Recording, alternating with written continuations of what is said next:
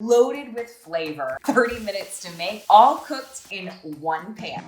I'm Ali Carr, and this is Serve It from my kitchen, where I share with you some of my favorite recipes to make for my family. Today, I'll show you how to make my apple bacon pork chops. I start with 4 bone-in pork chops.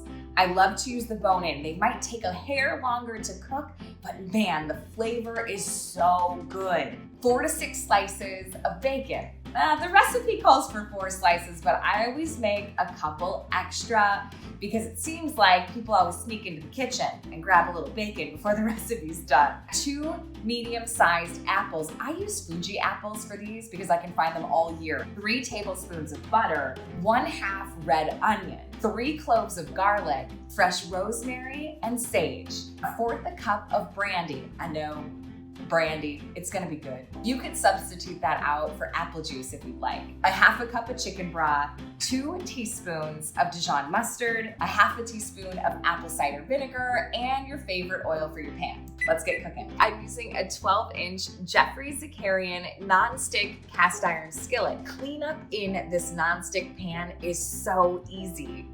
I'm gonna start on a medium heat. Once your skillet's hot, we're gonna add the bacon. While the bacon is cooking is a great time to slice up your apples and slice your onions. I like to slice them for this recipe because in our family, we love the taste of red onions. Yes, even the kids. Feel free to mince them or dice them as finely as you'd like. Hey, I wanna hear from you. Drop a comment below of one of your favorite fall recipes using apples. You want it as even as you can get, because then everything will cook consistently, just like this. I got my apples and my onions sliced up and ready to go. All right, I've got my pork chops here seasoned with just a little bit of salt and pepper. If you're not using a nonstick pan, you may want to add about 2 or 3 tablespoons of extra virgin olive oil before adding the pork chops in. So we cook them for about 3 minutes on one side and then flip. We're gonna pop the chops into the oven for about 6 to 10 minutes, depending how thick they are, at 400 degrees.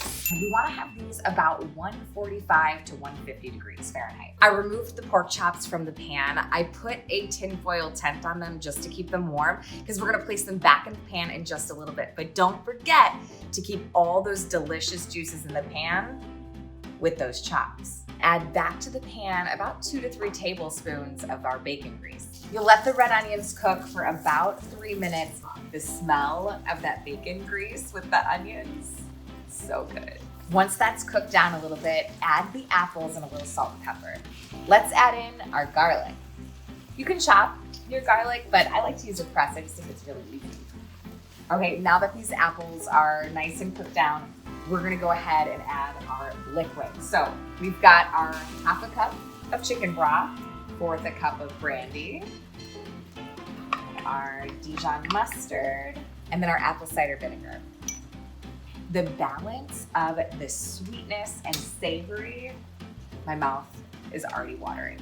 Once all our ingredients are added, we're gonna bring this to a simmer and let it go for about 5 minutes. We wanna reduce the liquid to 1/3. That's when I like to add in that fresh rosemary and sage. All right, so we're really just adding the pork chops back to the pan for a few minutes just to warm them up. Last and final step, we're gonna add back our bacon. Dinner is ready. This is 30 minutes to a delicious, flavorful family dinner, all cooked in one pan. Like and subscribe so you can be in tune with all the latest Serve It episodes. To shop all the items used in this episode, search Serve It at QVC.com.